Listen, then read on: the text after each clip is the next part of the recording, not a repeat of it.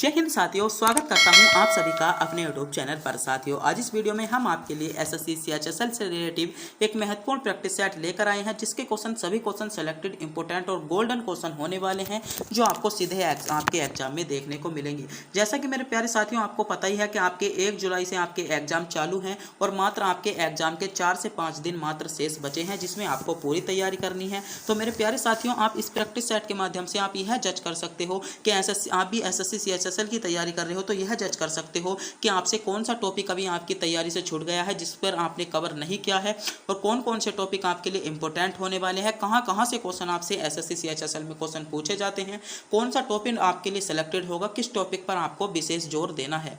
तो बिना टाइम गवाए करते हैं वीडियो को स्टार्ट। अगर आप भी इससे पहले हमारे चैनल पर नए हो, चैनल को सब्सक्राइब, वीडियो को लाइक और अपने दोस्तों के पास वीडियो को शेयर जरूर कर दें।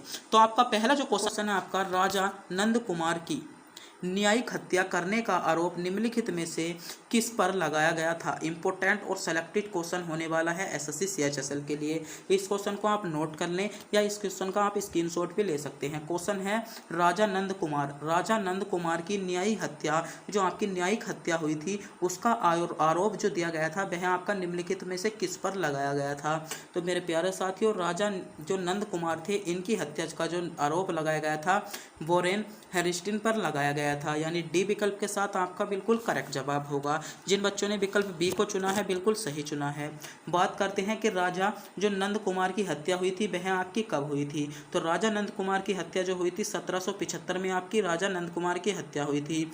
और एक बहुत ज़्यादा इंपॉर्टेंट घटना हुई थी आपकी, कौन सी, 1773 में। 1773 में जो हुआ था वह आपका रेगुलेटिंग एक्ट आया था, वह भी इनके शासनकाल में ही आया था।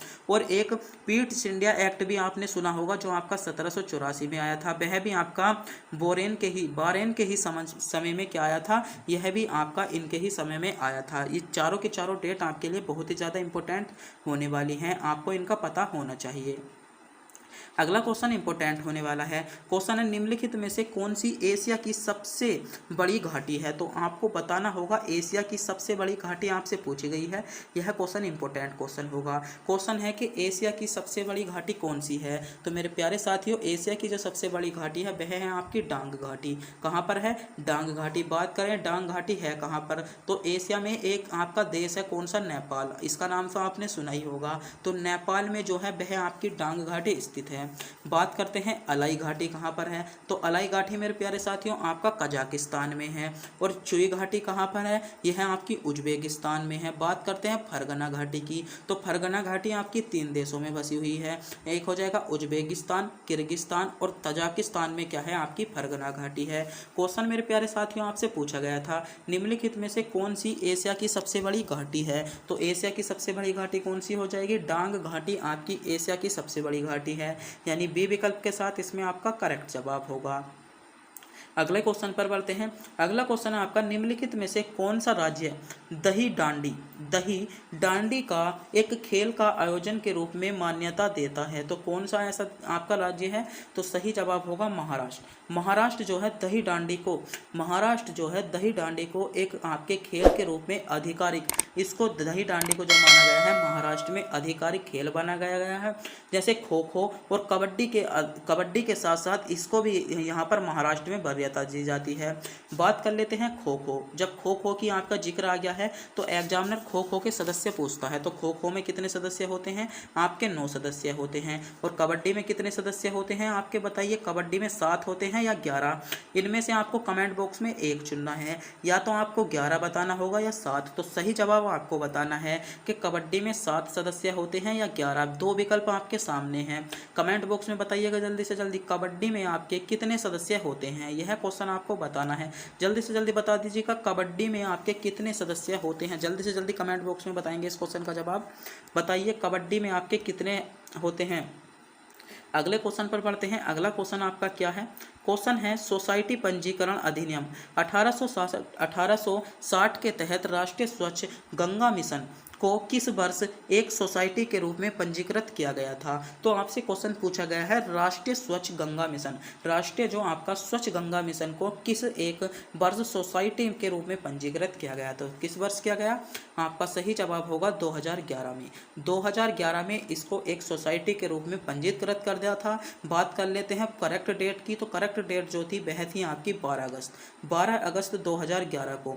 12 अगस्त 2011 को जो था वह आपका राष्ट्रीय स्वच्छ गंगा मिशन को एक सोसाइटी के रूप में पंजीकृत किया गया था, यानी सी विकल्प इसमें आपका करेक्ट जवाब होगा।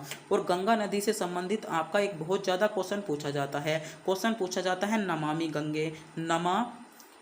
गंगे। जो नमामि गंगे थी वह आपकी क्या योजना चलाई गई थी, जिसका उद्देश्य जो था वह था आपका गंगा के प्रदूषण को कम करना। तो नमामि गंगे जो योजना चलाई गई वह आपकी कब चलाई गई? तो मेरे प्यारे साथियों 2014 में आपकी नमामि गंगे योजना चलाई गई, जो उसको एग्जामिनर बहुत ज़्यादा पसंद करता है और बहुत ज़्यादा आपसे एग्जाम में इस क्वेश्चन को पूछ भी सकता है। अगला क्वेश्चन है आपका निम्नलिखित में से कौन सी असम में बहुतायत में पाई जाने वाली एक रोपण फसल है? तो आपको बताना होगा कि असम में बहुतायत में पाने वाली, इसको बोल सकते हैं बहुतायत में पाई जाने वाली एक फसल है। तो कौन सी फसल है? आपकी चाय फसल है। कौन सी फसल है? चाय की फसल है। यानी इसमें जो आपका करेक्ट जवाब होगा वह आपका बिल्कुल विकल्प बी के साथ इसमें आपका सही जवाब होगा। कई बार साइंस में इस क्वेश्चन को एग्जामिनर ले जाता है। चाय को पैदा करने के लिए जो भूमि का pH मान होना चाहिए वह आपका कितना होना चाहिए? तो आपको ध्यान में रखना होगा 4.5 से लेकर 5.5 तक भूमि का आपका क्या होना चाहिए? pH मान होना चाहिए। कई बार एग्जामिनर डाउट में डिफिकल्ट क्वेश्चन लाने के लिए इस क्वेश्चन को कई बार क्वेश्चन पूछ लिया गया है कि चाय के जो उत्पादन करने के लिए भूमि का pH मान कितना होना चाहिए? तो आपका 4.5 से 5.5 होना चाहिए। कई बार एग्जामिनर इस क्वेश्चन को पूछ लेता है। अगला क्वेश्चन है संविधान सभा के सदस्यों ने को भारतीय संविधान पर हस्ताक्षर किए। तो आपसे क्वेश्चन पूछा गया है जो संविधान के सदस्य थे उन्होंने भारतीय संविधान पर हस्ताक्षर कब किए थे? तो बताइए। तो भारतीय संविधान पर जो मेरे प्यारे साथियों हस्ताक्षर किए थे वह आपके 26 नवंबर 1949 में किए थे। और जिस टाइम पर आपके भारतीय संविधान पर सदस्यों ने हस्ताक्षर किए थे उस टाइम पर भारत में कुल कितने अनुच्छेद थे? तो कुल आपके आर्टिकल की बात करें तो आर्टिकल थे आपके 395। भाग कितने थे? तो भाग थे मेरे प्यारे साथियों इसमें 22 भाग थे। बात करते हैं अनुसूची की, तो अनुसूची इसमें कितनी थी? अनुसूची इसमें 8 थी। और भाषाएं कितनी थी? तो मेरे प्यारे साथियों इसमें उस टाइम पर आपकी 14 भाषाएं थी। और आपका बात कर लेते हैं कि इसकी अंतिम बैठक कब हुई थी? जो आपकी संविधान सभा थी इसकी अंतिम बैठक जो हुई थी वह आपकी 24 जनवरी 1950 को हुई थी, जिस टाइम पर भारत के प्रथम राष्ट्रपति के रूप में किसे चुना गया था? आपका डॉक्टर राजेंद्र प्रसाद को चुना गया था। तो क्वेश्चन यहाँ से कई बार क्वेश्चन पूछ लिया जाता है जो भारतीय संविधान जिस टाइम पर लागू हुआ था उस टाइम पर आपके कितने आर्टिकल थे? तो आपके 395 थे, 8 अनुसूचियाँ थी, आपकी 14 भाषाएं थी और आपकी 12 क्या थे? इसके भाग थे। क्या थे? 12 इसके भाग थे। यह क्वेश्चन कई बार आपसे एग्जामिनर पूछ लेता है। अगला क्वेश्चन आपका अनुच्छेद 32 को भारतीय संविधान का हृदय और आत्मा किसने कहा? यह क्वेश्चन बहुत ही ज़्यादा क्वेश्चन पूछा जाता है और सेलेक्टेड क्वेश्चन हो जाता है। बात करते हैं अनुच्छेद 32 की, तो अनुच्छेद 32 में जो है औपचारों का संवैधानिक प्रावधान इसमें क्या दिया गया है? आर्टिकल 32 में आपको यह अनुच्छेद 32 में देखने को मिल जाता है। और इसको जो भारतीय संविधान की हृदय और आत्मा कहा था वह आपका किसने कहा था? डॉक्टर भीमराव अंबेडकर ने। डॉक्टर भीमराव अंबेडकर ने इसे क्या कहा था? भारतीय संविधान का हृदय और आत्मा भी कहा था। कई बार ऐसे भी क्वेश्चन पूछा जाता है कि भारतीय संविधान की आत्मा किसे कहा जाता है? विकल्प आपको दिए जाते हैं नागरिकता को, प्रस्तावना को, आपके राज्य के नीति निर्देशक तत्वों को या मौलिक कर्तव्यों को। तो आपको इनमें से आपको एक जवाब चुनना होता है। तो अधिकतर बच्चे यहाँ पर कंफ्यूज हो जाते हैं। तो भारतीय संविधान की जो आत्मा या हृदय कहा जाता है वह आपका कहा जाता है प्रस्तावना को। मगर क्वेश्चन आपसे पूछ लिया जाता है कि डॉक्टर भीमराव अंबेडकर ने भारतीय संविधान की आत्मा या हृदय किसे कहा था? तो अनुच्छेद 32 को कहा था। अगला क्वेश्चन देखते हैं। अगला क्वेश्चन है आपका, मांजुली भारत के निम्नलिखित में से किस राज्य में ब्रह्मपुत्र नदी का एक नदी द्वीप है? तो बताइएगा। बात करते हैं मांजुली द्वीप की। तो मांजुली द्वीप जो है मेरे प्यारे साथियों, विश्व का सबसे बड़ा नदी द्वीप जो है वह आपका मांजुली ही द्वीप है। बात करते हैं यह आपका कहाँ पर है? तो असम राज्य में स्थित है। कहाँ पर स्थित है? असम राज्य में स्थित है। कहाँ पर है? असम राज्य में यह आपका स्थित है। बात करते हैं ब्रह्मपुत्र नदी की। तो ब्रह्मपुत्र नदी जो होती है वह आपकी नामचा बरवा पर्वत से होकर अरुणाचल प्रदेश में प्रवेश होकर क्या है, भारत में इसका बहाव होता है। क्या होता है? भारत में इसका बहाव होता है। बात करते हैं ब्रह्मपुत्र नदी को बांग्लादेश में क्या कहा जाता है? यह क्वेश्चन बहुत ज़्यादा एग्जामिनर क्वेश्चन पूछता है कि जो आपकी ब्रह्मपुत्र नदी है, ब्रह्मपुत्र नदी को बांग्लादेश में क्या कहा जाता है? तो मेरे प्यारे साथियों, ब्रह्मपुत्र नदी को जो बांग्लादेश में कहा जाता है जमुना कहा जाता है, और गंगा नदी को क्या कहा जाता है? तो पद्मा कहा जाता है। दोनों क्वेश्चनों को एग्जामिनर बहुत ज़्यादा क्वेश्चन पूछता है कि बांग्लादेश में ब्रह्मपुत्र नदी को आपका जमुना कहा जाता है और गंगा नदी को क्या कहा जाता है? तो गंगा नदी को मेरे प्यारे साथियों पद्मा के नाम से भी जाना जाता है। अगला क्वेश्चन देखते हैं। अगला क्वेश्चन आपके लिए क्या इंपॉर्टेंट है? अगला क्वेश्चन है आपका, निम्नलिखित में से कौन अर्धपर्णपाती वनों की मुख्य प्रजाति है? तो अर्धपर्णपाती, तो मेरे प्यारे साथियों जो अर्धपर्णपाती वन है उसकी जो मुख्य प्रजाति है वह है आपकी चंदन। क्या है? चंदन है, यानी ए विकल्प इसमें आपका बिल्कुल करेक्ट जवाब होने वाला है। बात करते हैं चंदन के लिए कभी एग्जामिनर क्वेश्चन पूछ लिया जाता है कि चंदन के पौधे को होने के लिए कितनी आपकी वर्षा की आवश्यकता होती है? तो 100 से 200 सेंटीमीटर, 100 से 200 सेंटीमीटर क्या होती है? वर्षा की आवश्यकता आपकी क्या होती है? चंदन की खेती करने के लिए, चंदन के पौधे उगाने के लिए होती है। अगला क्वेश्चन है आपका, ग्रामीण क्षेत्रों में सूक्ष्म वित्त जो उधारता कृत के लिए वार्षिक घरेलू आय की ऊपरी सीमा क्या है? तो ऊपरी सीमा इसमें क्या है? तो इसमें सही जवाब होगा आपकी 1.25 लाख रुपए, यानी 125,000 बोल सकते हैं, या 1,25,000 भी इसको हम बोल सकते हैं। सी विकल्प इसमें आपका करेक्ट जवाब हो जाएगा।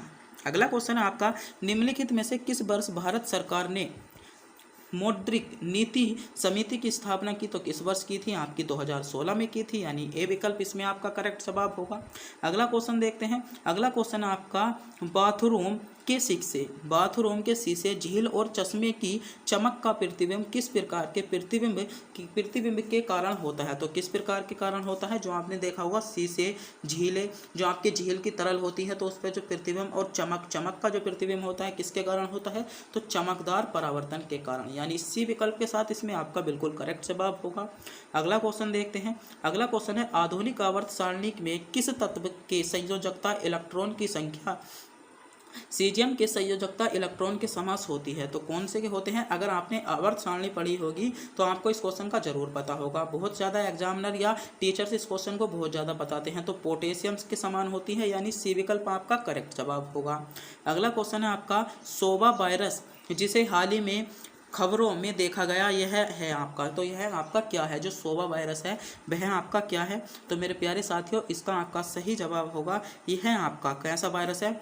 मालवेयर वायरस है, यानी सी विकल्प के साथ इसमें आपका करेक्ट जवाब होगा। अगला क्वेश्चन है आपका, बाजार कीमत और कारक लागत का उपयोग में मूलभूत अंतर क्या है? तो मूलभूत अंतर जो हो जाएगा वह हो जाएगा आपका इसमें आपका निर्बल अप्रत्यक्ष कर इसमें आपका बिल्कुल करेक्ट जवाब होगा। अगला क्वेश्चन देखते हैं। अगला क्वेश्चन आपका, प्रस्तावना के अनुसार आरबीआई में से अधिकतम डिप्टी गवर्नर नहीं हो सकते? तो आरबीआई में अधिकतम जो डिप्टी गवर्नर नहीं हो सकते वह आपके 4 नहीं हो सकते, यानी सी विकल्प के साथ इसमें आपका बिल्कुल करेक्ट जवाब होगा। बात कर लेते हैं आरबीआई की। तो मेरे प्यारे साथियों आरबीआई की स्थापना कब हुई थी? तो आरबीआई की स्थापना कब हुई थी? 1935 में आपकी आरबीआई की स्थापना हुई थी। कई बार क्वेश्चन पूछ लिया जाता है एसबीआई, तो एसबीआई की जो स्थापना हुई थी 1955 में हुई थी, और आरबीआई की स्थापना आपकी 1935 में की गई थी। अगला क्वेश्चन है, भारत की 2011 की जनगणना के अनुसार भारत की दशकीय वृद्धि दर लगभग कितनी थी? तो कितनी थी? आपका सही जवाब होगा 17.7 थी, यानी बी विकल्प के साथ इसमें आपका करेक्ट जवाब होगा। और जो कई बार एग्जामिनर बहुत जब आपसे टफ क्वेश्चन बना रहा है, यानी जब एग्जामिनर 2011 की जनगणना से बहुत टफ क्वेश्चन पूछता है, या एग्जामिनर बहुत टफ प्रश्न या प्रश्न पत्र बनाने की कोशिश करता है, तो 2011 की जनगणना से क्वेश्चन पूछता है जो अधिकतर बच्चों को पता नहीं होता। क्वेश्चन पूछ लिया जाता है कि इसकी थीम क्या थी, 2011 की जनगणना की थीम या वाक्य क्या था, तो हमारी जनगणना हमारा भविष्य है, इसका क्या था, वाक्य था। आपको पता होना चाहिए क्योंकि यह क्वेश्चन आपके लिए सेलेक्टेड हो जाता है कि 2011 की जनगणना का आदर्श वाक्य बोल सकते हैं या इसको हम थीम बोल सकते हैं, क्या था। तो हमारी जनगणना क्या है, हमारा भविष्य है, यह इसकी थीम थी। अगला क्वेश्चन देखते हैं। अगला क्वेश्चन है, भारत में निम्नलिखित में से किस सूक्ष्म वित्त संस्था की स्थापना स्वतंत्रता के समय पर की गई थी। तो किसकी स्थापना की गई थी, आपकी इसमें सही जवाब होगा ग्रामीण आपकी सहकारिता की आपकी क्या की गई थी, इसमें स्थापना की गई थी। अगला क्वेश्चन है, रबी की फसलें आपको इसमें से पहचाननी है, तो जौ और चना आपकी हो जाएंगी। अगला क्वेश्चन देखते हैं। अगला क्वेश्चन है, भारत और नेपाल के बीच निम्नलिखित में से कौन सा पर्वत है। तो आपको बताना होगा भारत और नेपाल के बीच इनमें से कौन सा पर्वत है। और आज की वीडियो का अंतिम क्वेश्चन आपके सामने है, इस क्वेश्चन का जवाब आप कमेंट बॉक्स में बताएंगे। अगर आप भी इस क्वेश्चन का जवाब जानते हैं तो हमें कमेंट बॉक्स में बता दीजिएगा, और आप इनमें से कितने क्वेश्चनों का जवाब जानते थे यह बताना ना भूलें। क्वेश्चन है, भारत और नेपाल के बीच निम्नलिखित में से कौन सा पर्वत स्थित है। तो जल्दी से जल्दी कमेंट बॉक्स में इस क्वेश्चन का जवाब आप बताएंगे। तब तक के लिए मिलते हैं अगली वीडियो में। अगर आपने अभी तक हमारे चैनल को सब्सक्राइब नहीं किया है, चैनल को सब्सक्राइब, वीडियो को लाइक और अपने दोस्तों के पास वीडियो को शेयर जरूर कर दें।